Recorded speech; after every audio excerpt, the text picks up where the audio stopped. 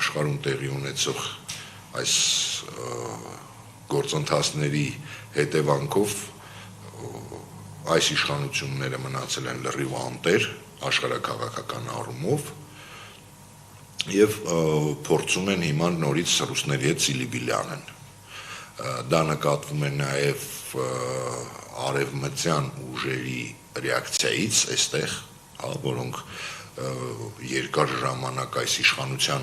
հենարաններից մեկն էին, հիմա ամենաուժեղ քննադատողներն են։ Պատահական չի, որ իշխանական ամբողջ վերնախավը Ազատություն ռադիոկայանին մեղադրում է ֆեյք լուրեր տարածելու մեջ, այն ռադիոկայանին, որը իրենց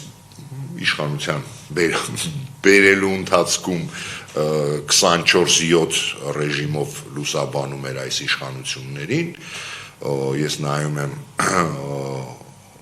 արևմտամետ ուժերը եւս բավականին լուրջ քննադատության են ենթարկում իշխանություններին,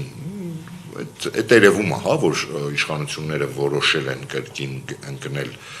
ռուսների գիրկը, կստացվի թե չէ դա այլ խնդիր է, բայց քանի որ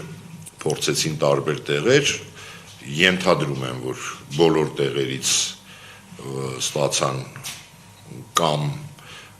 չոր, այսպես ատկաս կամ ասեցին տղեկ հիմա մենք